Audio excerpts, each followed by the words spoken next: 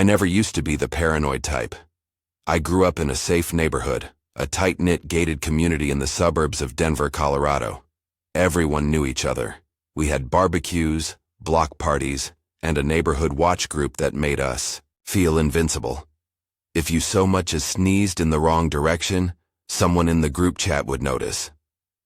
That's why, when the first sighting happened, we all took it seriously. It started with a single message in our group chat. Black sedan, parked near the entrance. Been sitting there for 20 minutes, no one inside. That was weird. Strangers didn't just loiter in our neighborhood. You had to have a code to get past the gate. A few people went outside to check, but by the time they got there, the car was gone. The next night, it came back. This time, it was parked farther in, closer to where the families lived. Another message popped up. Same car, no plates. Anyone recognize it? I watched from my window, my pulse steady but alert. A man, just a dark silhouette under the streetlights, was sitting in the driver's seat.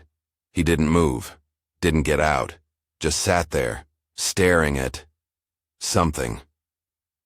Sam, one of the more hot-headed guys in the neighborhood, decided he'd had enough. He stormed outside and started walking toward the car. The group chat blew up. Messages flooded in. Wait, don't go alone. Call the cops first. Sam, be careful. He didn't listen. He was already at the driver's side window. From where I was watching, I saw him knock on the glass. The figure inside didn't react at first. Then suddenly the car roared. To life, headlights blinding, and peeled off down the street before Sam could even get a good look at the driver. That should have been the end of it. But it wasn't. 2 nights later, I woke up to a strange feeling. You know that creeping sensation like someone's watching you? I turned toward my window and my stomach dropped. The car was back, only this time it wasn't parked at a distance. It was right in front of my house. Its headlights were off. The interior was dark, but I could feel the presence inside. I was being watched. A new message appeared in the group chat. It's in front of my house. Whoever this is, they know where I live. Before I could type a response, the car started, moving, not fast, not like it was trying to escape. It rolled slowly down the street, creeping past each house, like it was taking inventory. That's when we realized this wasn't just some lost driver. This was something else. Something much, much worse. I barely slept that night. Even after the car disappeared, I couldn't shake the feeling that something was horribly wrong. It wasn't just a trespasser. It wasn't just a creep. Whoever this was, they knew how to get in. They knew where we lived. The next evening, the messages in the group chat started earlier than usual. The car is back. It's not alone this time. 3 cars. Different spots. What the hell is going on? A wave of unease spread through the neighborhood. Our so-called gated community wasn't keeping anything out. This was an invasion. Sam was the first to snap. Nobody let them leave. I'm heading out. A bad feeling twisted in my gut. I wanted to tell him to wait, to be smart about this. But before I could type a reply, I saw him through my window, storming toward the closest car like he had something to prove. This time the driver didn't run. I watched as Sam reached the car, yelling something I couldn't hear. The door opened, and the man inside stepped out. Even from my house I could see something was wrong. The man wasn't normal. He was tall but unnaturally thin, like someone had stretched him out just a little too far. His movements were slow, deliberate, almost mechanical. I couldn't make out his face in the dim light, but something about his posture made my stomach churn. He didn't speak. He didn't run. He just stared. Then, in one sudden, violent motion, he swung. Sam went down hard. The group chat exploded with messages. People freaking out. Someone trying to call 911. But I couldn't move. I was frozen, watching as this thing, this man, if you could even call him that, beat the life out of Sam in the middle of the street. No hesitation. No mercy. And then, as if nothing had happened, he got back into the car and drove away, leaving Sam bleeding out on the pavement. Someone's phone was still streaming the whole thing, but right before the video cut out, I saw something. In the background, parked at the end of the street, was another car. The same car that had been in front of my house the night before. I felt a cold, sharp realization crawl up my spine. They weren't just watching us. They were waiting. Sam survived. Barely. The ambulance arrived too late to catch the attackers, but just in time to keep him from bleeding out. They shot him in the leg before they left, a warning for the rest of us. And that's when we realized this wasn't over. That night, no one slept. The group chat was chaos. People were scared, angry, desperate for answers. Someone suggested setting up shifts to watch the streets. Another wanted to take matters into their own hands, and then, at exactly 3:12 a.m., someone posted a single, chilling message. There. Inside. I felt my stomach lurch as more messages flooded in. What do you mean inside? Inside where? Who the hell posted that? No response. Then, a new message. A photo. It was grainy, taken in the dark, but I could see enough to feel the blood drain from my face, a shadow. In someone's living room, tall, thin, standing completely still. Watching, I was out of bed in an instant, my hands shaking as I grabbed the baseball bat from my closet. My house was silent, but that didn't mean I was alone. My breathing felt too loud. Every creak of the floor sent my heart racing. I checked the locks, the windows, the doors, all secure. But that didn't mean they weren't already in. More messages poured in. They cut my power. Someone's walking outside my house. Who posted the photo? Answer us. But the person never did. And then, just like that, the chat went silent. Not a single message, like someone had wiped them out. By morning, things looked normal, but we knew the truth. The cops finally took us seriously when we showed them the footage, the messages, the brutality of what happened to Sam. They locked down the neighborhood and started an investigation. And that's when we got our answer. It was Lucas. One of our own, the quiet guy, the one who never talked much but was always watching. He was in the group chat. He knew our routines, our weaknesses, who was home and who wasn't, and he had let them in. He was arrested, along with 3 others, criminals from out of state, looking for a perfect, vulnerable neighborhood. Lucas had given them everything: access, codes, security details, even the best houses to hit first. They had been planning this for months, but they didn't expect us to fight back, and that's why it failed. It's been a year since it happened. The neighborhood isn't the same. Some families moved away.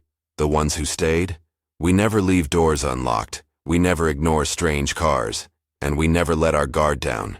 As for Sam, well, he made a full recovery, but I don't think he'll ever walk through this neighborhood without looking over his shoulder. None of us will, because we all know the truth now. Safety is an illusion, and sometimes the real monsters are already inside. I was 13 the first time I heard it. It was a whisper, soft, faint, almost drowned out by the wind, but it said my name, and I will never forget the way it made my skin crawl. I grew up in a quiet neighborhood in Charleston, South Carolina, the kind of place where kids rode their bikes until sundown, where neighbors smiled and waved but mostly kept to themselves. Our backyard was fenced in, just like everyone else's. Tall, weathered wood separated our property from the one next door, forming a long, thin corridor of shadows between the houses. I never paid much attention to the fence until it spoke to me. That first time I had been outside, tossing a baseball into the air and catching it absent-mindedly. The sun was beginning to set, painting the sky with streaks of orange and red. It was the kind of evening where the world felt peaceful, safe. And then, hey. I froze. The baseball slipped from my fingers and landed with a soft thud in the grass. The voice had come from the fence. At first, I thought it was my imagination. Maybe the wind or the distant echo of a conversation from another yard. But as I stepped closer, my stomach tightened. It had sounded too close. Carefully, I approached the fence, pressing my ear against the wood. Nothing. Just silence. I peered through one of the narrow cracks between the planks, but the angle was too tight to see anything on the other side. I waited, my pulse pounding. Then, "I know you can hear me." The whisper was clearer this time. Deliberate, my body locked up. Every nerve screamed at me to run. But instead, I found myself whispering back, "Who are you?" Silence, a long, stretching silence that felt like it was watching me, studying me. And then, as if nothing had happened, the wind picked up, the trees rustled, and I was alone again. I didn't tell my parents. I wasn't even sure what I would say. "Hey, Mom, Dad, the fence just talked to me?" No. They'd laugh. Or worse, they'd think I was losing it.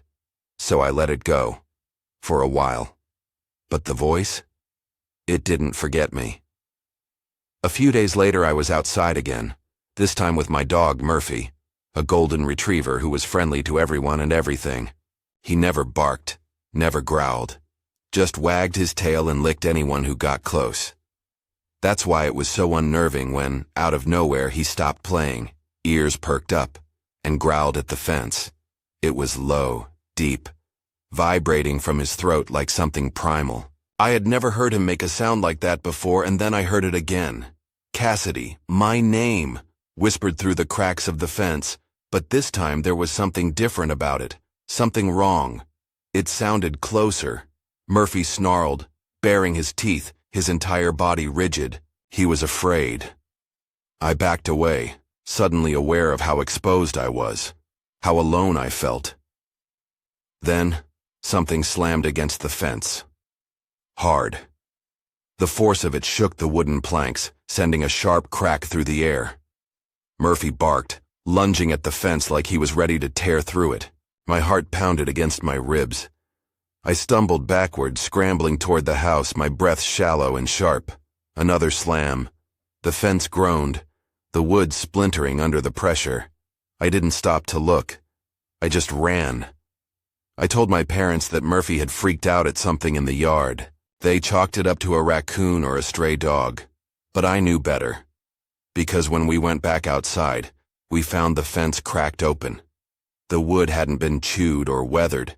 It had been pushed outward, like something on the other side had tried to get through. For the next few days I avoided the fence. I stopped playing outside, stopped taking Murphy near it. Every time I stepped into the backyard, my chest tightened, and I swore I could feel something watching me, waiting. I kept telling myself it was nothing, that maybe I had imagined it. Maybe the fence was old, weak, and it had just broken on its own. But deep down, I knew better. And so did Murphy. It was a Friday night when it happened again. I had been trying to distract myself, watching TV in my room, but Murphy wouldn't settle. He kept pacing near the back door, ears twitching, tail stiff. I tried calling him over, but he ignored me, his attention fixed on the yard. Then, at exactly 11:43 p.m., he growled. A deep, guttural sound that made the hair on my arms stand up. Something was out there. I swallowed hard and stood up, my legs shaky as I made my way to the window. The yard was dark. No streetlights reached that far, and the moon was hidden behind thick clouds. I could barely see a thing. But then, I heard it. Not a whisper this time. Not my name. It was breathing. Long, slow, ragged breaths coming from just beyond the fence. Murphy let out a bark so sharp it nearly made me jump out of my skin. I stepped back from the window, my pulse hammering in my throat. Then, the fence slammed again. Not just one hit, 3, Bang, bang, bang. Each impact was harder than the last, like something was throwing itself against the wood. I heard the plank strain, splinter, the nails groaning under the pressure. Murphy went berserk, barking so hard his entire body shook. I wanted to run. I wanted to wake my parents, to do anything but stand there frozen in terror. But then, it spoke again. Cassidy, let me in. No, no, no, no. My breath hitched in my throat.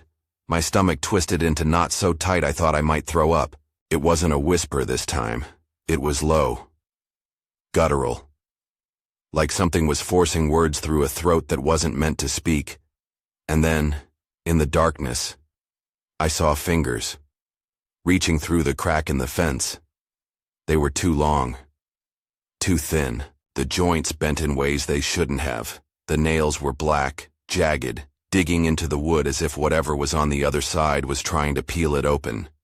Murphy launched himself forward, barking, snapping at the gap in the fence. The fingers twitched, then vanished into the darkness, and everything went silent. Not just normal quiet, dead quiet. No wind, no crickets, not even Murphy. Just nothing. And then a child's giggle, soft, innocent, but so wrong. I turned and bolted for my parents' room, Murphy on my heels. I didn't stop until I was pounding on their door, gasping out something about the fence, the whispering, the thing outside. My dad groggily grabbed a flashlight and followed me back downstairs. My mom trailed behind, still half asleep. The yard looked normal. No broken fence, no cracks, no sign that anything had ever been there. Murphy stood by the back door, his body still tense, his eyes locked on the fence. He knew. We all did. But my dad just sighed, muttered something about damn raccoons, and went back to bed. I didn't sleep that night, because I knew what I had seen, and I knew that whatever was behind that fence wasn't done with me yet. I didn't sleep. I couldn't. Even with my door locked, the blankets pulled tight around me, and Murphy curled up at my feet, I felt exposed.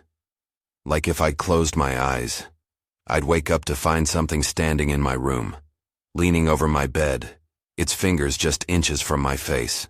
But nothing happened. Not that night, not the next. For a while, I thought maybe, just maybe, it was over. I was wrong. Because 1 week later, the fence broke. It was late, after midnight, when I heard the first noise. Not the whispers, not the breathing. This was different.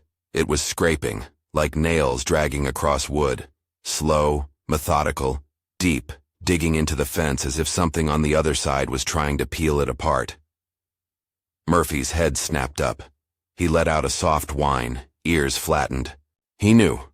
The scraping stopped, and then, crack. A splintering, sickening snap echoed through the yard. The fence was giving in. I shot up from my bed, heart hammering. I didn't want to go to the window. I knew I shouldn't, but some horrible, primal part of me needed to see. I moved slowly, barely breathing, peeking through the curtains, and what I saw made my stomach drop.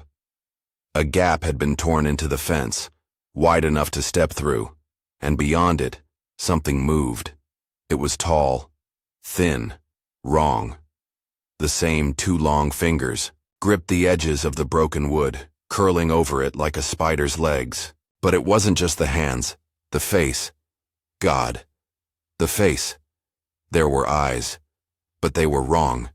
Too wide, too dark, too empty. And the mouth, it stretched. Not in a normal way, not in a way a human mouth should. It spread into a grin, the skin around it pulled too tight, the corners almost touching its ears.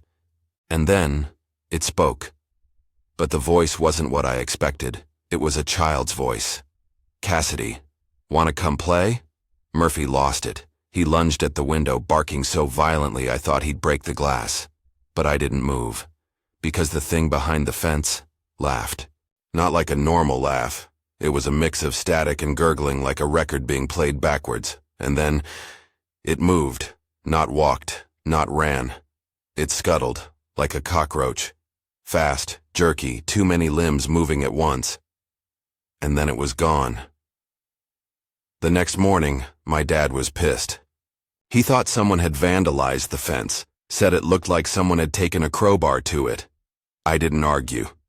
What was I supposed to say? No, Dad. A nightmare creature ripped it open with its bare hands. Instead, I stayed quiet, as he nailed fresh wooden planks over the hole, muttering about punk kids and damn neighborhood pranksters. I knew better, and so did Murphy. Because that night, the whispers came back. Only this time they weren't coming from the fence. They were inside the house. That was the last night we ever spent there. My parents never admitted it, but they heard it too. My mom blamed it on old pipes and settling wood, but I saw the way her face paled when the whispers reached the hallway. I saw my dad grab the shotgun when the floorboards creaked at 3 in the morning, long after Murphy had stopped growling and started hiding under my bed.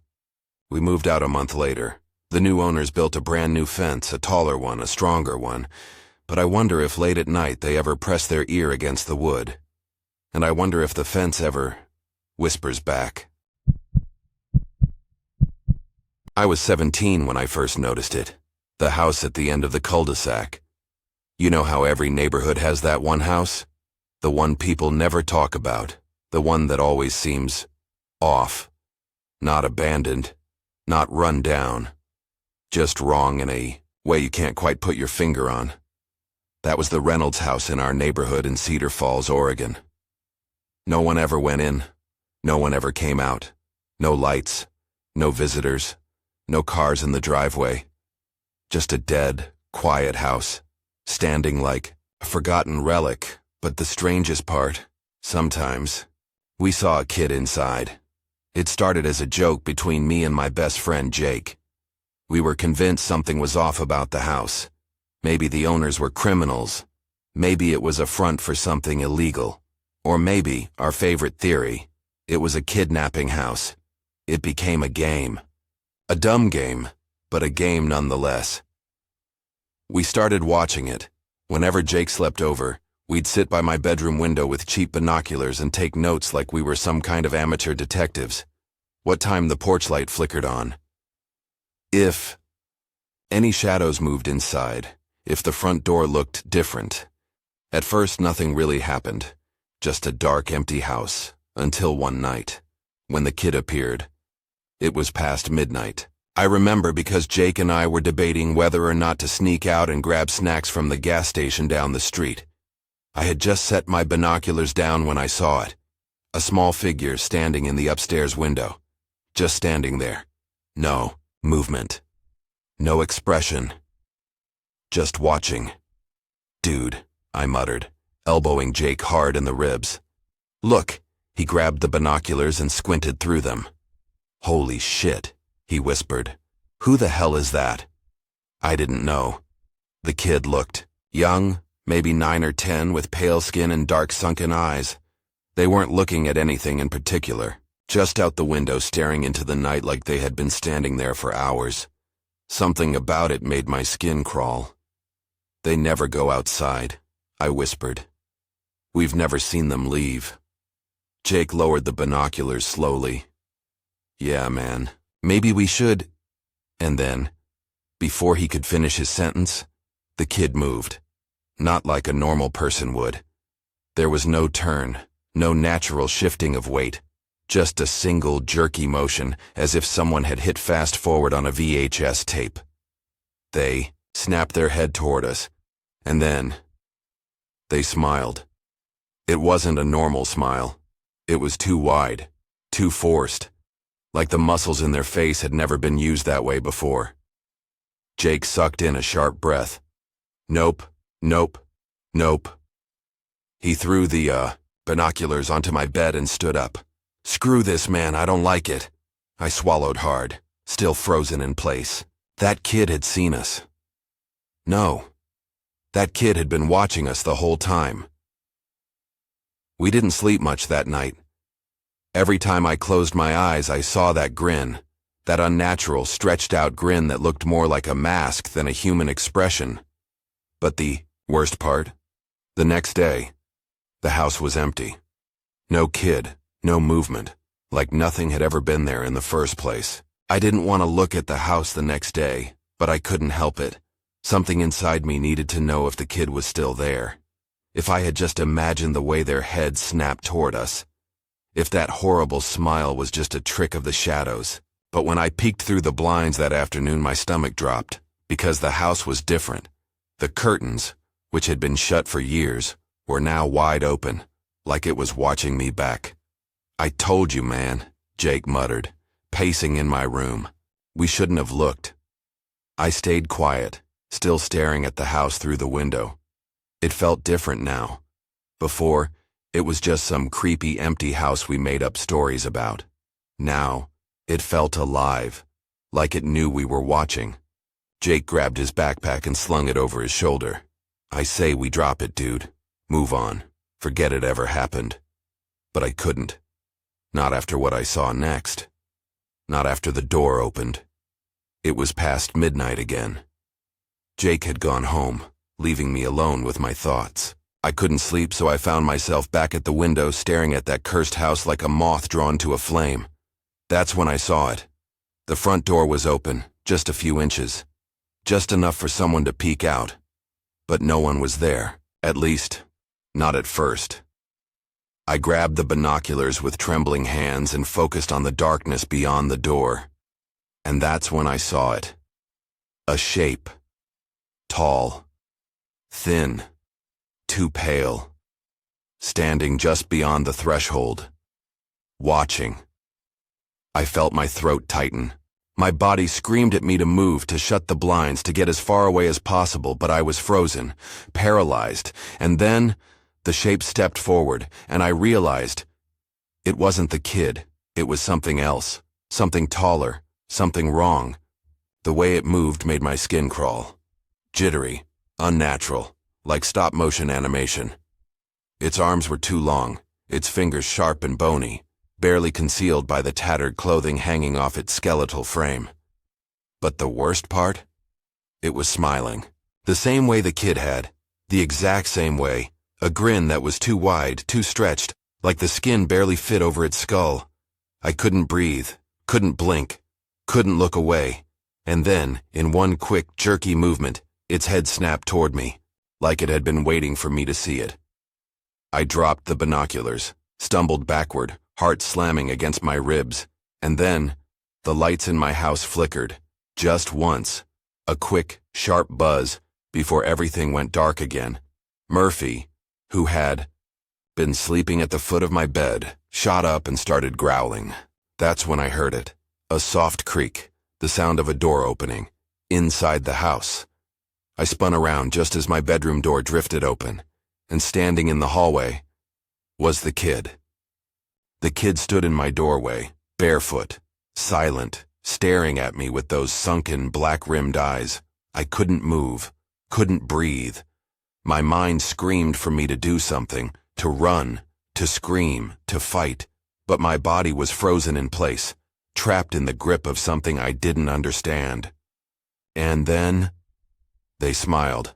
That same horrible, stretched-out, unnatural grin, a copy of the thing I saw in the house.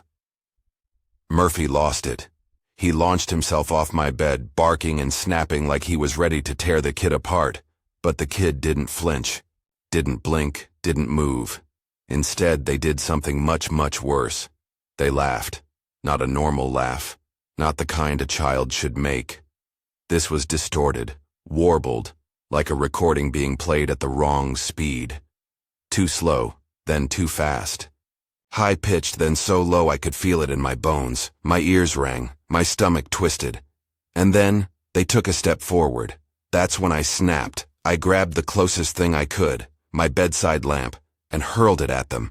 The lamp hit the wall. The kid was gone, just vanished. The door was still open. The hallway was still dark, but there was no one there. Murphy was whimpering, his tail tucked between his legs. And in the suffocating silence, I heard it. From the open window, "Come outside. I don't know why I did it. Maybe it was curiosity, maybe it was fear. Maybe some deep primal part of me knew that if I ignored it, it would come inside again. I grabbed my phone and crept downstairs, Murphy sticking close to my side. The house was too quiet, too still. And when I stepped out onto the porch, I immediately regretted it. Because the Reynolds house? It was different. The windows were lit from within, glowing with a sickly yellowish light. But that wasn't the worst part. The door was wide open, and from inside the house, I saw them, all of them. The kid was there, and behind them, a dozen others. Tall, thin, too many joints, too many smiling mouths, all standing in perfect silence, all watching me, and then, all at once, they stepped forward. I ran. I don't remember making it back inside. I don't remember locking the doors.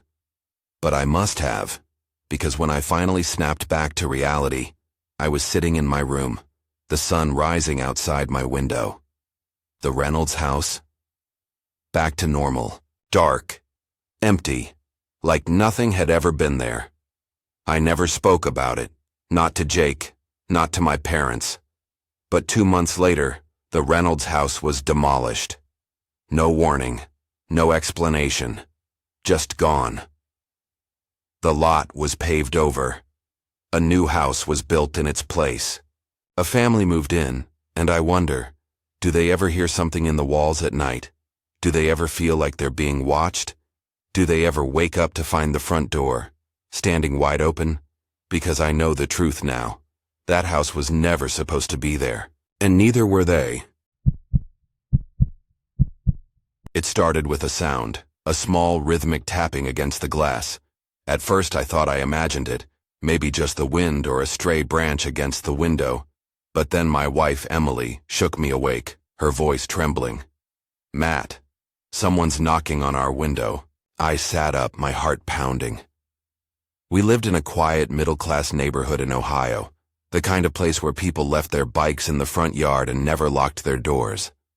Crime wasn't something that happened here. But when I glanced at the clock, 2:47 a.m., that familiar sense of safety evaporated. I held my breath, listening. Silence. Nothing but the low hum of the air conditioning and Emily's uneven breathing beside me. "I swear I heard it," she whispered. I pulled back the curtain, expecting to see nothing. But something had been there. A faint, misty imprint, a handprint, was smeared against the glass. A chill ran through me. The kind that grips you deep in your gut and doesn't let go. Who the hell had been standing outside our bedroom window in the middle of the night? Emily clutched my arm. "Call the cops." I hesitated. What would I even say? Someone knocked and left a handprint? There were no footprints in the damp grass. No sign that anyone had been there at all. "Let's just go back to bed," I muttered, though I didn't believe my own words. I kept my phone in my hand under the covers just in case. That night I barely slept. But the next night, it happened again. This time, the knocking was louder, urgent, demanding. Emily screamed from the other room. I shot out of bed, nearly tripping over myself as I ran toward her. The banging had moved, from our window to the back door. Someone was hammering against it with an unnatural force, like they wanted to break through. My pulse pounded in my ears. I grabbed the closest thing I could use as a weapon, a heavy flashlight, and stormed toward the door. Emily was pressed against the wall, her face pale. "Matt, don't open it." But I was done being afraid. Whoever this was, they needed to know we weren't easy targets. The knocking didn't stop as I reached for the handle. I took a deep breath and yanked the door open. And there he was. A man. Tall. Too tall. Dressed in black from head to toe. His clothes were loose, making his shape look unnatural, stretched. A ski mask covered his face, but I could still see the reflection of the porch light in his sunglasses. Sunglasses. At nearly 3 in the morning, I barely had time to react before he lunged at me, a powerful shove, harder than I expected. sent me stumbling backward. I hit the ground, my spine slamming against the hardwood floor. A shock of pain shot up my back, but I barely registered it. I was staring at him. He just stood there, still, watching me. He could have rushed inside. He could have attacked Emily, but he didn't. Instead, he tilted his head. Something about the motion was wrong. Not confused, not human, just wrong. Like he was studying me, measuring something. Then, without a word, he turned and ran. Fast. Too fast. By the time I scrambled to my feet, he was already gone, disappearing into the darkness of the neighbor's yard. Emily was shaking. I grabbed my phone and dialed 911, my hands slick with sweat. By the time the cops arrived, there was no trace of him. No footprints, no evidence, nothing. It was as if he had never been there at all. But I knew he had. And I knew he wasn't finished. The cops took our statement, shining their flashlights around the yard. But there was nothing. No footprints in the damp grass. No broken branches. No sign that a 6'5" man had just vanished into the night. They chalked it up to a prowler and told us to keep our doors locked. That was it, but I couldn't shake it. The way he stood there. The way he tilted his head, like he was cataloging something. Planning. Something was wrong. That night, I couldn't sleep. Every sound made my skin crawl. The hum of the fridge, the creak of the house settling. Everything felt too loud, too deliberate. Around 3 a.m., Emily finally drifted off. I stayed awake, sitting in the dark, staring at the back door, waiting, and then I heard it, not knocking, footsteps not outside, inside. My stomach dropped. I grabbed my flashlight and moved as silently as I could, stepping toward the hallway. My hands trembled, my grip tightening. The floor was cold under my feet as I rounded the corner, and my breath caught in my throat. The back door was still, locked. But the front door, it was wide open. I felt my pulse in my ears, my skull. The air in the house felt wrong, thick, like I was breathing something rotten. I stepped forward, shining the flashlight toward the doorframe. That's when I saw them, not just him. Two men standing at the end of our driveway, side by side. Same height, same head tilt. One of them raised a hand and waved. I slammed the door shut and locked every bolt, my heart hammering against my ribs. I backed away, shaking Emily awake. "We're leaving," I whispered. We packed whatever we could carry and got in the car, driving through the night without looking back. We never went back. We never sold the house. We just left. But sometimes, when I wake up in the middle of the night, heart pounding, my brain still half asleep, I swear I can hear it, the knocking, like they're still looking for me. The first time it happened, I thought it was just a joke, a harmless prank. I was sitting in my living room, half watching TV, when my phone buzzed with a notification from my Ring camera. Someone was at my door. I leaned forward, expecting a delivery. But when I checked the footage, there was no delivery truck, no mailman. Just a figure in a mask, standing motionless on my porch, holding a small cardboard box. A chill ran through me. The figure wasn't knocking, wasn't ringing the doorbell, just standing there, watching the camera. I hesitated, then activated the intercom. "Can I help you?" No response. Seconds passed. The figure didn't move. My chest tightened. I was about to call the police when, without warning, they placed the box on the ground and walked away. Not ran. Walked. Slow. Deliberate.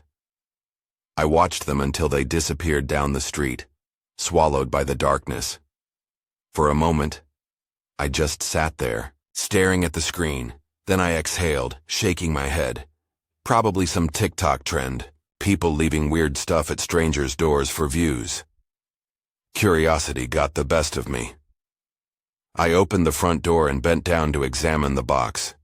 It was light, barely weighed anything at all. My name was written on top in perfect looping cursive. Stomach tightened. I didn't like that. I nudged it with my foot, expecting something to shift inside, but nothing did. Then I saw the stain, a dark, wet smear beneath the box, soaking into the wood of my porch. At first I thought it was oil, maybe some kind of prank liquid, until I caught the smell. Coppery. Rotten. My throat tightened. I didn't want to open it. Every instinct screamed at me not to open it, but I had to. I grabbed a pair of gloves from inside and peeled back the tape, my breath shallow. I lifted the flaps, and the smell hit me first, thick, putrid. Inside the box was something dead, small, twisted, hollowed out, a raccoon, its inside scooped clean, leaving only a shriveled husk. I stumbled backward, knocking over a chair. My skin crawled. I kicked the box off the porch, my heartbeat hammering in my ears. This wasn't a prank. This was a message, and I wasn't laughing anymore. I didn't sleep that night. The image of the hollowed-out raccoon was burned into my brain, its sunken, empty form sitting in that box like some kind of offering. A warning. By morning, the box was gone. I didn't throw it away. I didn't touch it again after kicking it off the porch. But it was gone. That was when I realized. They came back. I checked my Ring camera footage, scrolling through the nights, recordings. My fingers shaky. At 3:12 a.m. the masked figure returned. They moved unnervingly slow, stepping onto the porch like they had all the time in the world. They bent down, picked up the box, and carried it away. That should have been the end of it. Maybe some sicko thought they didn't scare me enough. Maybe they were cutting their losses. But at 3:14 a.m., just 2 minutes later, the camera picked up something else, a second figure, standing at the edge of my yard. Still, silent, watching. Their head was tilted at an unnatural angle, their body half hidden, in the shadows. No mask, no box. Just standing there, waiting. A cold dread coiled around my spine. This wasn't random. This wasn't some neighborhood prank. They knew where I lived. They knew my name. And they weren't just dropping off boxes anymore. They were watching me. That night, I locked every door, checked every window. But no matter how many times I told myself it was over, I couldn't shake the feeling that I wasn't alone. Around 1 a.m., my dog, Daisy, started growling. She never growled. She was the friendliest Labrador you could imagine, the kind of dog who wagged her tail at strangers and licked delivery drivers. But now, she stood by the back door, hackles raised, a low rumble in her throat. Something was out there. I grabbed my phone and pulled up the camera feed. The front porch was empty. The driveway, clear. But Daisy wouldn't move. Her eyes were locked on the door, her growling intensifying. My stomach twisted. I turned on the back floodlights, and someone was standing just outside the fence, not moving, not trying to get in, just standing there. My blood turned to ice. I couldn't see their face, just their outline in the dim glow. They were tall, their head tilted slightly, the same way the figure in the camera had tilted theirs. I stumbled backward, my breath coming in short gasps. My mind screamed at me to do something, call the police, grab a knife, anything. But before I could move, my phone buzzed in my hand. A notification. Motion detected. Front door. I froze. The front door. Daisy barked, a deep, terrified sound I had never heard from her before. I turned slowly, dread creeping into every inch of my body. And then the doorbell rang. The doorbell shouldn't have rung. I had turned off the chime. I was sure of it.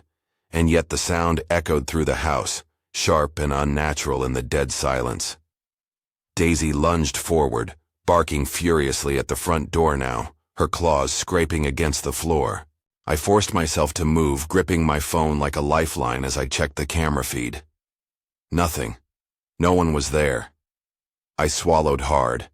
My body screamed at me to stay put, to call the cops and wait.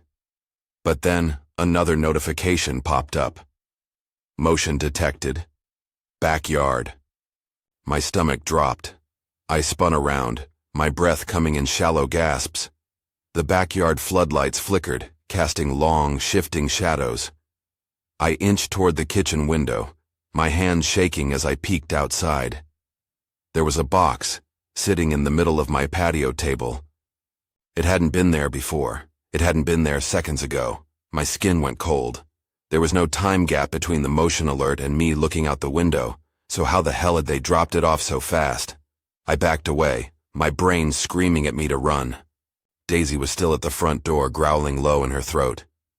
My body felt frozen between two threats: the front door, where the bell had rung for no reason, and the backyard, where someone, something, had left that box. I couldn't take it anymore. I grabbed my car keys, called Daisy, and bolted for the garage. My hands fumbled as I hit the door opener, the mechanical hum of it rising into the cold night air. I shoved Daisy inside the car, my breath ragged. And then, a footstep, not behind me, not in the backyard, inside the house.